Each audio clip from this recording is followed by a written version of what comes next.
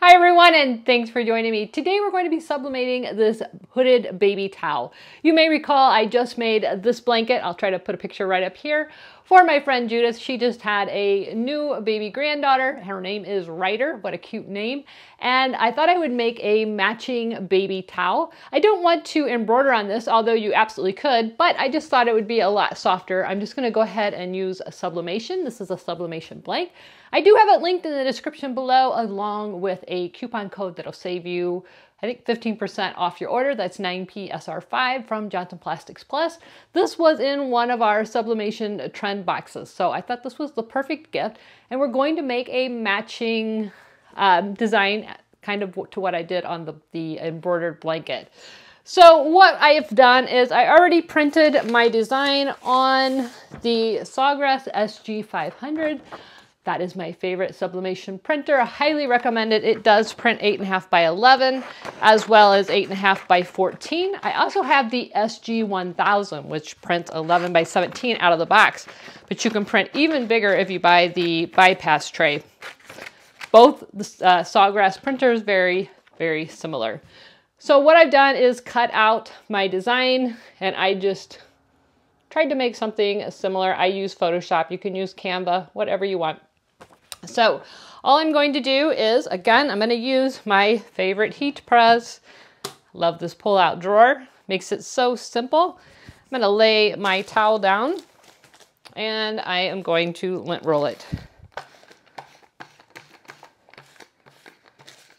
Got that done. You want to make sure that this is nice and flat.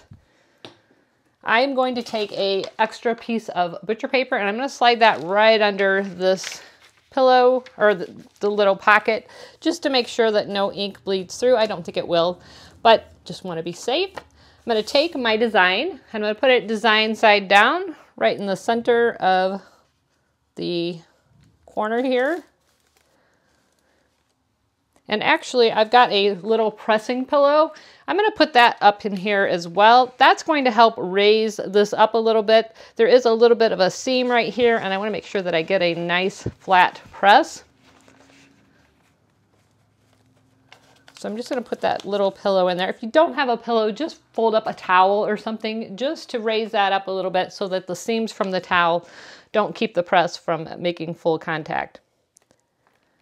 All right, so I've got my pressing pillow, I've got a piece of butcher paper on top of that, got the pocket of the blanket, I've got my design face down. I'm gonna go ahead and give it a couple pieces of tape. Wanna make sure you're using heat transfer tape. Anything else will melt. And I'm just doing that just to keep it from moving. I'm gonna cover it with another piece of butcher paper. We're going to press this at 400 degrees for 60 seconds. 400 degrees, 60 seconds. You want a good, like a medium pressure. All right, so let's give it a press. We're gonna push the tray in, got the butcher paper on top, 400 degrees, 60 seconds, a nice medium pressure. Really doesn't take a whole lot of pressure, but you do wanna make sure that it's making complete contact with that hood, which is why we elevated underneath the pocket of the hood, so that those seams aren't keeping the press from making contact. Excuse my step here. I have got a giant golden retriever laying right here at my feet. So I have to kind of watch out for her. She loves to be in the craft room. We've got about 30 seconds left. I did want to mention this awesome tape dispenser for sublimation tape. You just turn this wheel and it feeds the tape, and they're cut off in nice little sections so that you're not fighting with the rolls of tape. It does take the wide tapes, the medium, and the more narrow tapes, whatever you like to use. I like to keep them all loaded on there. All right, we've got about 3, 2, 1 seconds left. There we go. I'm gonna go ahead and release my butcher paper. Release the design. Oh, it turned out so nice. All right, so I can see kind of an outline of the paper. So I'm gonna give it one more press just to get rid of that outline, but look how cute that is. So super awesome. So I'm gonna give it just a really quick press without anything, just to get the wrinkles out.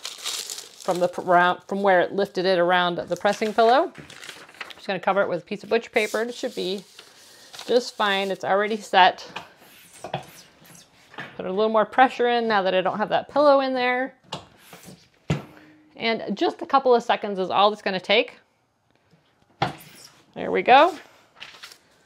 And just look how awesome this is. I hope she's going to love it. I've got one more project coming on another video using the same logo. We're going to do a burp cloth on the embroidery machine.